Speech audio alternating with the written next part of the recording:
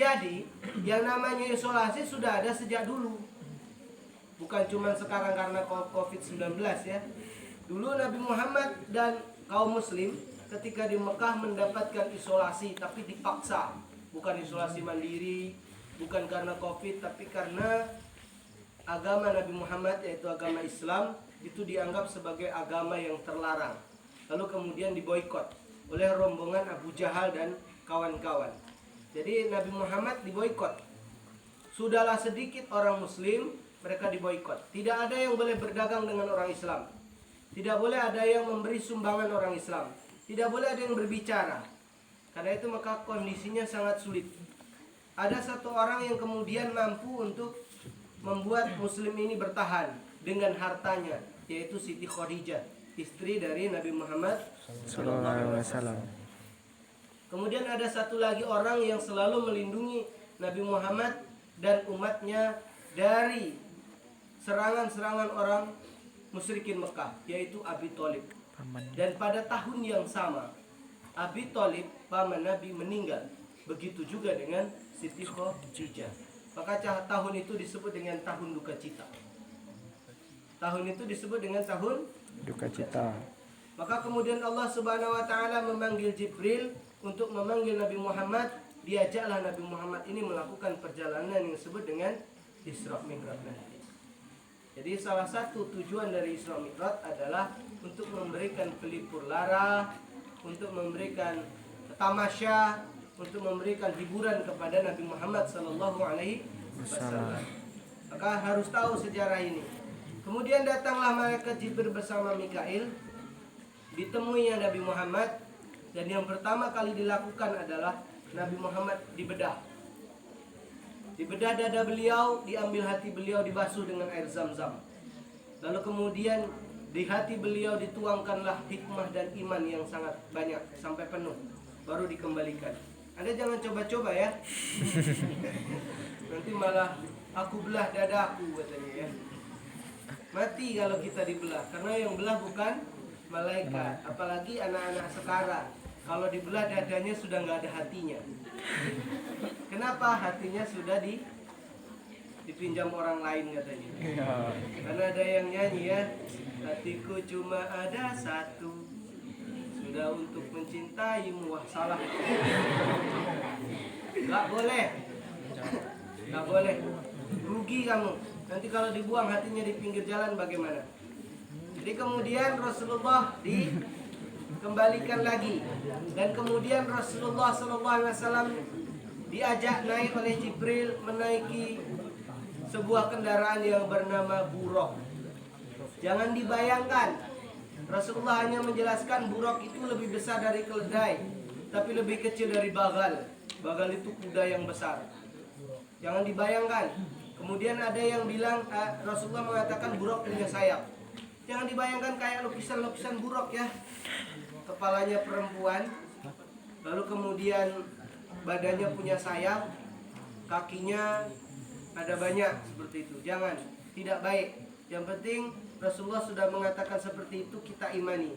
Sebab itu bukan binatang dunia, jadi kita tidak akan bisa membayangkannya di dunia. Apalagi malah digambarkan macam-macam. Sebab buraq itu adalah kendaraan suci yang dinaiki oleh Nabi Muhammad SAW. Lalu kemudian Nabi naik buraq. Nabi SAW bersabda bahwa setiap ia memandang, maka langkah kakinya sampai ke tempat pandangannya. Jadi kalau kita memandang ada pohon durian, langsung sampai kakinya di pohon durian. Makanya sangat cepat sekali. Dan langsung sampai ke Masjidil Aqsa dengan sangat cepat. Tadi udah dibacain belum ya? Dalil Al-Isra ayat 1 ya. Karena peristiwa Isra Mi'raj itu sangat penting, Allah abadikan dalam Al-Qur'an sampai menjadi sebuah surat, menjadi nama dari sebuah surat. Al-Isra ayat 1 ada yang hafal? A'udzubillahi minasyaitonirrajim. Bismillahirrahmanirrahim. Subhanalladzi asra bi'abdihi lailan minal masjidil haram ilal masjidil aqsa alladzi barakna haulah linuriyahu min ayatina innahu sami'un basir. Jadi Allah Subhanahu wa taala memperjalankan hambanya dari Masjidil Haram ke Masjidil Aqsa yang diberkahi keduanya, di antara keduanya penuh dengan berkah, untuk menunjukkan sebagian dari tanda-tanda kebesarannya. Allah Maha mengetahui lagi Maha melihat. Jadi Nabi Muhammad SAW menaiki buraq itu dari Masjidil Haram. Di mana Masjidil Haram? Ada yang tahu di mana letak Masjidil Haram? Di kota apa? Masa nggak tahu? Di kota Mekah Al-Mukarramah. Lalu kemudian ke Masjidil Aqsa. Di mana Masjidil Aqsa? Madinah. Palestina. Nama baitulnya Baitul Maqdis. Sekarang itu masih jadi pertempuran ya antara Palestina dengan Israel. Kita doakan mudah-mudahan Allah Subhanahu wa taala senantiasa menjaga Masjidil Aqsa. Amin. Dulu Masjidil Aqsa adalah kiblatnya kaum muslim. Jadi sejak Nabi Muhammad dulu kalau ingin menghadap kiblat, kiblatnya adalah Masjidil Aqsa. Baru sekarang setelah Nabi Muhammad di Madinah, Allah mengerti tentang keinginan Nabi Muhammad dalam hati. Allah turunkan ayat, lalu kemudian Allah jadikan Mekah Al-Mukarramah menjadi kiblatnya. Sebelumnya kiblat kaum muslim adalah di Baitul Maqdis. Nanti kalau teman-teman punya rezeki yang banyak, amin. Lalu kemudian punya kesempatan umroh, Anda nanti akan ketemu masjid di kota Madinah itu namanya Masjid Qiblatain. Kiblatnya ada dua. Yang satu menghadap ke Baitul Maqdis, yang satu menghadap ke Mekah Al-Mukarramah. Karena Nabi pas waktu sholat rakaat pertama menghadap Baitul Maqdis. Mau rakaat kedua turun ayat bahwa kiblat diubah menjadi ke Mekah. Maka masjid itu punya dua kiblat. Nama masjidnya Qiblatain. Gitu. Kita lanjut ya. Masih terdengar kan? Suara saya masih sama ya. Baik. Kemudian sampailah Nabi Muhammad SAW di Masjidil Aqsa. Di sana Nabi Muhammad ketemu dengan Nabi.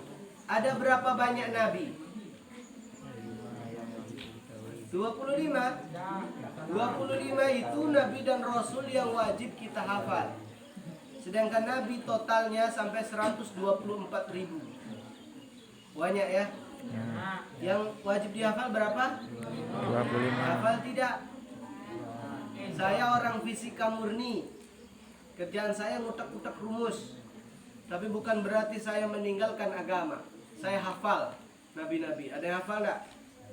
Coba yang pertama, yang kedua, yang ketiga, yang keempat, Hud, yang Saleh, kelima, yang keenam, yang ketujuh, kedelapan, kesembilan, kesepuluh, kesebelas, Yusuf, 12, Ayu, 13, Su'eb, 14, Musa, 15, Harun, 16, Zulkifli, 17, 18, 19, 20, 21, 22, 23, 24, Isya, 25 nggak tahu? Muhammad. Amin, alhamdulillah. Sebab nanti Anda di akhirat nanti nggak ditanyain itu integral dari berapa nggak ditanyain, ya.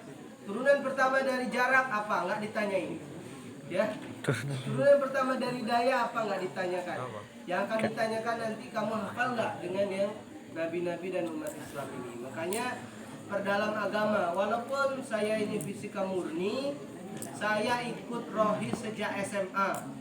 Lalu S1 saya ikut rohis lagi. Sampai S2 saya ikut rohis. Makanya belajar ilmu agama seperti yang disampaikan oleh Ibu tadi, nggak harus Anda masuk UIN. Anda masuk kampus umum jurusan sains tetap harus belajar agama. Kita lanjut ya. Takbir. Allahu Akbar. Takbir. Allahu Akbar. Saya pelan-pelan dikit. Jadi kemudian Nabi SAW diberikan oleh Allah kesempatan untuk menjadi imam sholat dari 124.000 Nabi di Masjidil Aqsa. Sholatnya seperti apa? Allahu a'lam bishawab. Karena hanya Nabi yang tahu. Sebab sholat 5 waktu nanti akan Nabi dapat ketika peristiwa Isra. Jadi kalau ditanya apakah sebelum Isra Mi'raj ada sholat, jawabannya ada. Tapi bukan sholat seperti yang kita laksanakan sekarang. Ya, makanya nabi-nabi dulu juga ada sholatnya. Ada sholatnya Nabi Musa, ada sholatnya Nabi Sulaiman, semuanya ada sholatnya. Lalu kemudian Nabi diberikan 2 minuman. Satu minumannya adalah khamar dan yang satu susu. Kira-kira Nabi memilih apa? Nabi memilih susu dan diminumnya susu. Kita minum jaga ya. Jadi Nabi minum susu sampai diminum separuh. Kemudian Jibril mengatakan, wahai Rasulullah, engkau telah memilih yang fitrah. Dan fitrahnya adalah agama Islam. Sebab Islam itu adalah agama yang fitrah. Kemudian Jibril mengatakan, seandainya engkau minum semua susu itu sampai habis, maka seluruh umat masuk surga. Tapi karena ada yang belum habis, maka sebagian dari umat Muhammad ada yang harus masuk neraka dulu. Baru kemudian setelah dosa-dosanya habis, baru masuk surga. Tapi tetap susu itu adalah fitrah. Jadi selama umat Muhammad itu masih ada la ilaha illallah Muhammad Rasulullah dalam hatinya, walaupun dosanya banyak, dia akan dilebur di neraka lalu masuk ke surga. Kalau boleh kita protes, kita balik waktu, suruh Nabi minum semua ya. Minum semua. Tapi itu adalah gambaran saja. Lalu kemudian Nabi SAW diajak oleh Jibril untuk menaiki sebuah tangga. Jadi yang namanya Isra pengertiannya adalah perjalanan Nabi dari Masjidil Haram ke Masjidil Aqsa. Asra. Jadi perjalanan Nabi dari Masjidil Haram ke Masjidil Aqsa itu disebut dengan Isra. Lalu kemudian satu lagi namanya Mi'raj. Mi'raj itu dalam bahasa Arab artinya adalah tangga. Jadi Rasulullah tangga itu naik dari langit, dari Masjidil Aqsa sampai ke Sidrat Al-Muntaha atau biasa disebut dengan Sidratul Muntaha. Dan ceritanya kita singkat-singkat aja ya, supaya nanti pembahasan dalam dunia fisika dan hikmahnya apa. Tapi harus cerita singkatnya harus tahu. Lalu naik Nabi sampai langit pertama. Kira-kira langit pertama bisa masuk nggak langsung? Enggak, ada hikmah di sini. Ketika Jibril sampai langit pertama, ternyata langit pertama itu ditutup. Jadi malaikat saja nggak bisa lewat. Kalau malaikat nggak bisa lewat, apalagi setan. Jadi kalau ada yang percaya dengan peramal, maaf, Anda error. Harus diruqyah itu. Jangan percaya dengan peramal. Katanya peramal itu bisa melihat nasib. Nasib itu ada di langit dan langit tertutup. Jibril saja mau naik ke langit pertama itu harus ketok pintu dulu. Assalamualaikum, waalaikumsalam, kata penjaga langit. Siapa engkau? Aku Jibril. Siapa yang bersamamu? Muhammad. Apakah dia diizinkan? Ya, dia diizinkan. Naik ke langit ketiga, dialognya sama. Ini siapa? Jibril. Bersama siapa? Nabi Muhammad. Apakah dia boleh masuk? Boleh. Dibolehkan masuk. Di langit ketiga bertemu dengan Nabi yang paling ganteng, Nabi yang paling tampan. Yusuf. Nabi siapa? Yusuf. Yusuf. Ada yang namanya Yusuf di sini. Kalau dia tidak ganteng, namanya Tidu. Ada. Ganteng ya.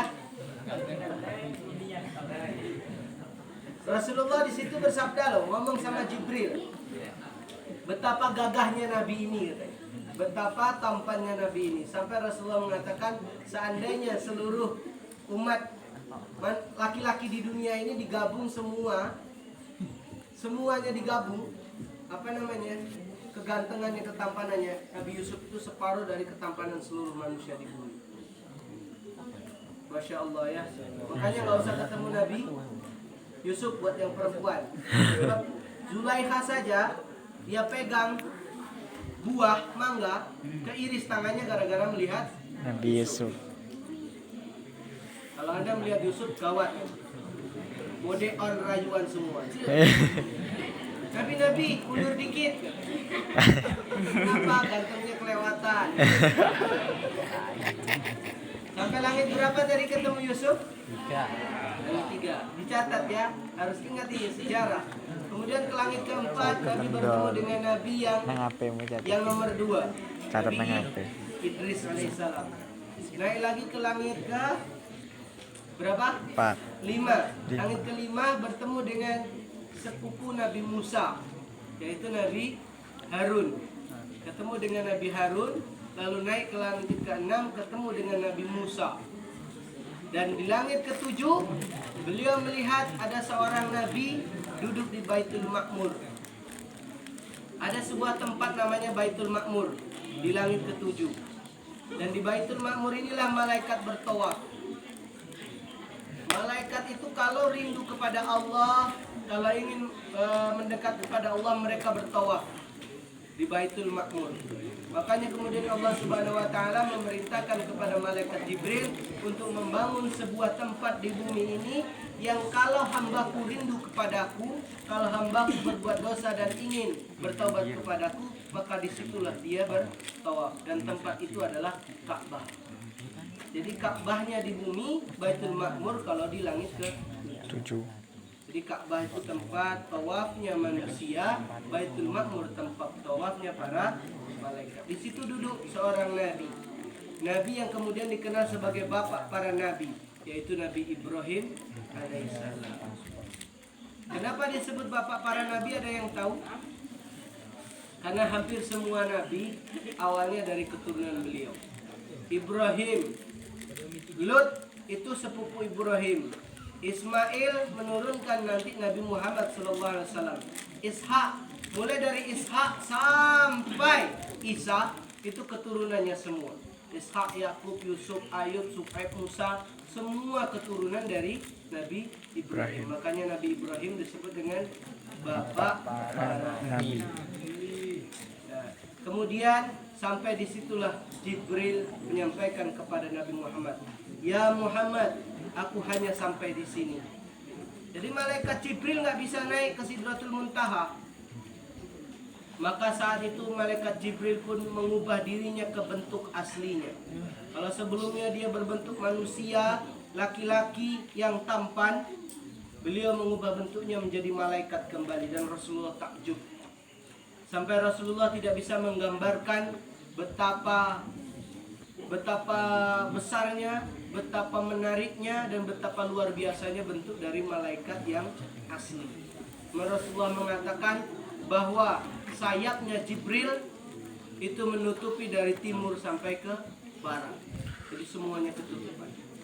Lalu kemudian Rasulullah melihat ada sebuah pohon yang sangat besar sekali, sangat menakjubkan sampai Rasulullah tidak bisa mengungkapkan pohon itu seperti apa.